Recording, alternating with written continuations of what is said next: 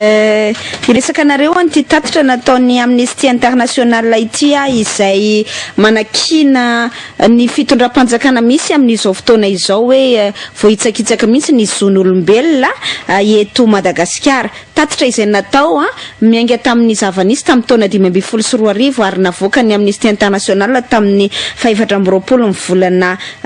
febroary lasa teo, zany hoe voaroa andro lasa zany zay nilazany hoe tsy voahaja mihitsy izy ary tena gouvernement manitsakitsaka ny zon'olombelona raha ny eto Madagasikara. Teboka anankiroa ny tena nomariany tao anatin'izay, anisany hoe tena nisongadina indrindra zany ny voalohany de ilay ambarako anareo teo hoe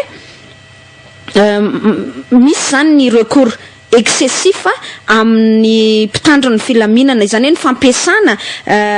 ny mpitandron'ny filaminana zany zay atao amin'ny fomba feno fioaram-pefy zany feno abus zany de manière abusive zany angamba no filazantsika azy, zay no tsapany Amnesty International. Ary ny faharoa de ny hoe ny mpanao gazety, mpianatra sy ny mpanao fihetsiketsehana eto Madagasikara izay enjehana amin'ny fomba mamoehatra zany na ataotsika hoe anaovana ramatahora, anaovana antso zay zany izay ahitana endrika miiba zany na negativa ho an'ny fitondram-panjakana ny régime rajonary mampianana mihitsy amin'izao fotoana izao. Raha natsikatra isika tao anatina vanim-potoana lava isaky ny misy tatitra eo amin'ny sehatra iraisam-pirenena kolokolo ohatra izay vonavoaka ny Transparency International de mbola anisan'ny tsy mivoatra i Madagasikara ary any amin'ny vody laharany. Mamoaka tatitra ny Banque mondiale amin'ny resaka fahantrana de any amin'ny vody laharany tsika eto Madagasikara. Mamoaka tatitra ny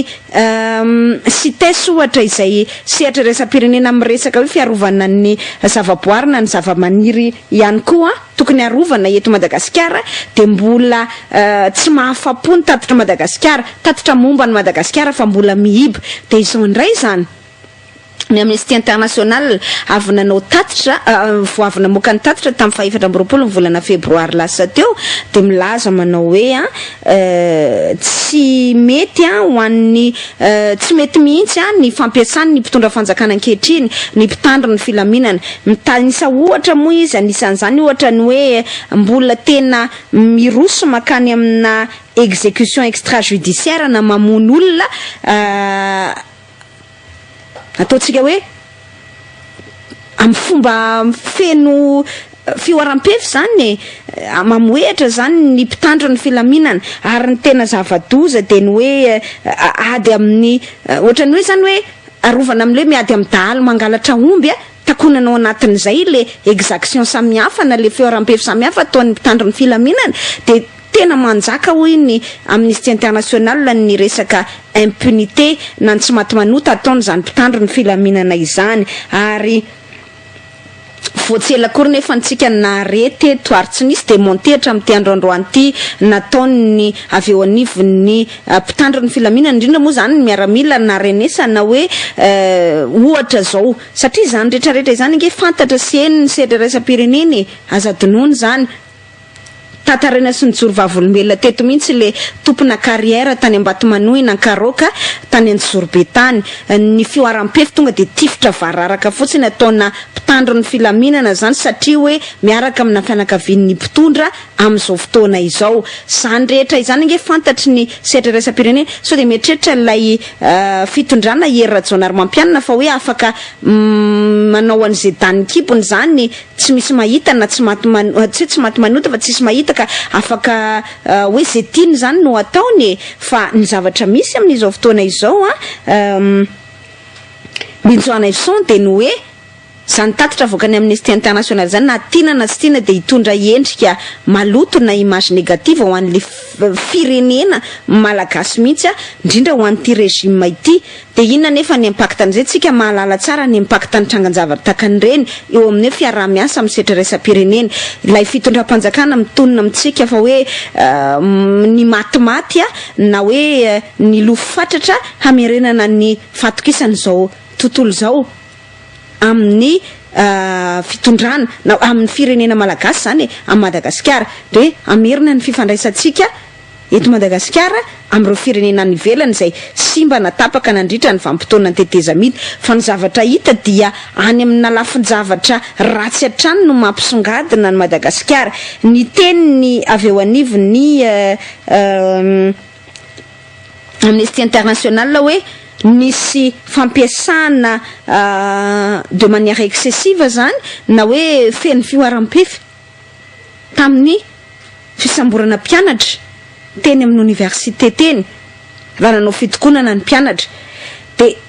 io efa vakitsika bantsirana teto tamin'ny fotoan'androny hoe ny olana amin'ity fitondram-panjakana ity tsy manam-ba olana roso mihitsy izy isaky ny misy problème mitranga eto amin'ny firenena fa lasa ny mpitandro filaminana foana no ampiasaina hamono afo etseroa. De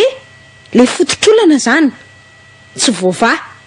fanaovana raha matahora amina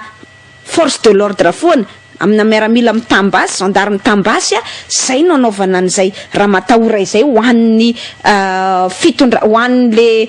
mpanao fihetsiketsehana zany na mpanao fihetsiketsehana mpianatra io na manifestation ino io militant écologiste. Tadiditsika tsara ny rarana azo an'i Jean-Pierre teny amin'ny université teny zay niarahany rehetra nahita izay fiaram-pefy zay hatramin'ity androandroany ity tsy nisy na de mba fanadihadiana ny sokatra azy. Ary zay mihitsy le teny ny Amnesty International hoe l'impunité est quasi totale zany hoe tena feno tsy voatohitohina mihitsy le olona tsy maty manota zany ao anatin'le rara le olona io moa zany le mpitandro ny filamina satria manambasy moa zany. Ary io nefa nivakitsika bantsilana hoe ny zavatra anisany de zao hoe satria hatrany ampiandohana mihitsy ilay fitondram-panjakana dia affaibli na ataotsika hoe narefo nampandemy tena il s'est affaibli lui-même naparefo tena sy nampandemy tena ilay fitondram-pandemy le fitondram-panjakana ankehitriny vokatry le hoe niala tamin'ny famille politique any aloha de vokatry le hoe nanao alliance contre nature tamin'ny Marc Ravalomanana nefa niarahany rehetra nahita fa tsy nitondra nakaiza akory zay alliance tany Marc Ravalomanana izay. De vokatry ny hoe hatrany ampiandohana mihitsy ianao tsy manana base tsara fototra zany hoe ny anteminiera-pirenena izay aki aminao ndenga tany amina fifidianana fa nitakanao zany hoe ntsipahanao loha dia rehefa aveo ianao namorona majorité sadasada izay voavidim-bola teny anivony anteminiera-pirenena zany hoe hatrany ampiandohana mihitsy tsy nanana base saine zany madio zany ary base solide ilay fitondram-panjakana. De normal raha tonga mitrangan-javatra tahaka an'izay hoe rehefa ny fitondram-panjakana anankiray tsy matanjaka fa marefo de ny any tanjaka eo ampelantanany any moyen everiny fa anamafisana ny fitondrany eo ampelantanany de nyresaka fitaovam-piadina any ny mpitandro ny filaminana. Ary zay no mahatonga antsika raha mahatsikatra hoe tohizan'ny fitondram-panjakana amin'izao fotoana izao foana io le ohatra nefa nambatambazana mpitandro filaminana io mba hafahany zany mahazo antoka amin'le mpitandro filaminana hoe ity no appui na ity no toky eo ampelantanantsika azotsika andry azotsika iankinana eo anatrehan'izay resaka mety manahirana izay zany mametraka olana lehibe zany. Ary io avoaka ny sehatra iraisam-pirenena io de ny hoe ny zavatra hita hoy izy de mpahatoerana loatra ilay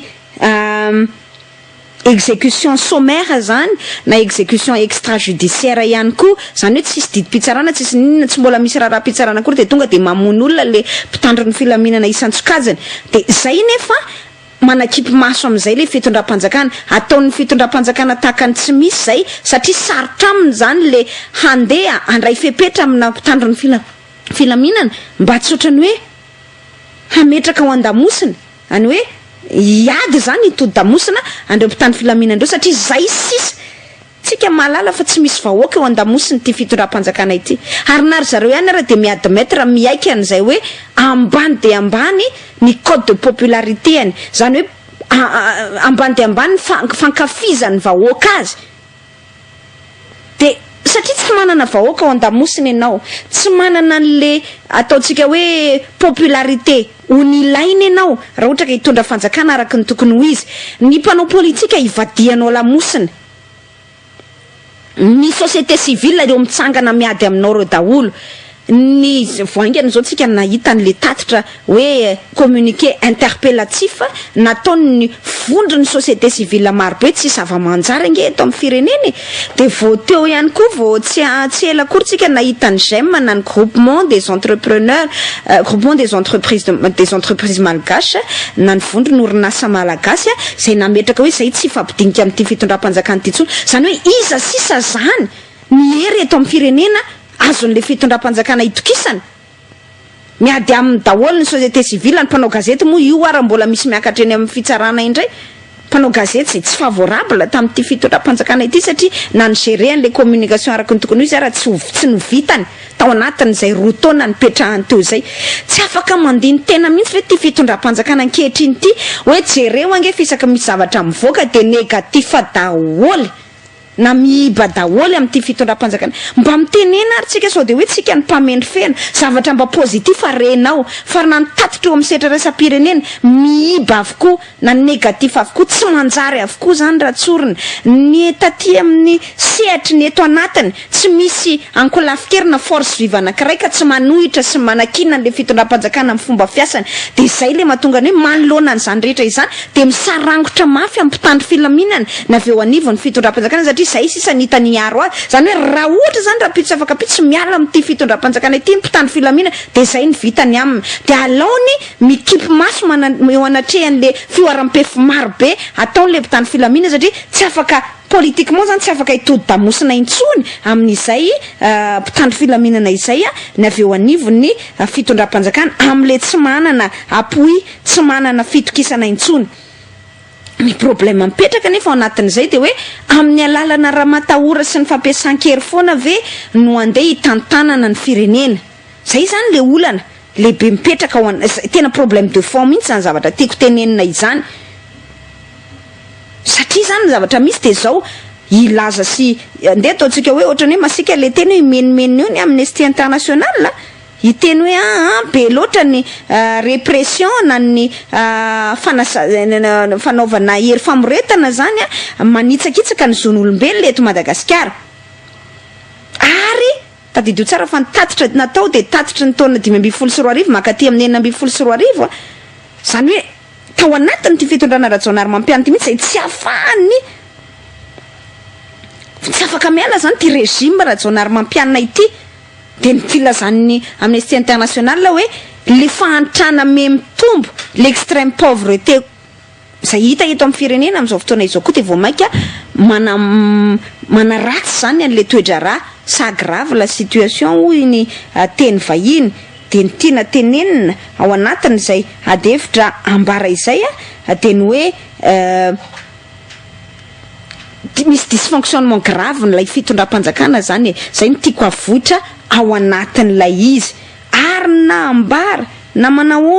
manahoana zavatra ataony ty fitondram-panjakana ity de zao aloha ny zavatra misy zany maloto endrika ny fitondram-panjakana kanefa ny problèmeko tsika miresaka an'izany na ny Amnesty resaka an'izany de zay le tegna hoe menimenina foana le Amnesty International fa io tena problème de fond mihitsy tsy hoe zany hoe manapa-kevitra ny fitondram-panjakana androany hoe ndao raha tsy ampiasa mpitandro filaminana intsony fa raha vao tsy mampiasa mpitandro filaminana intsony ny fitondram-panjakana amty androany ity hiarovany ny toerany atria raha tsorina nge de fiarovany toerana avokoa ny antony zay hoe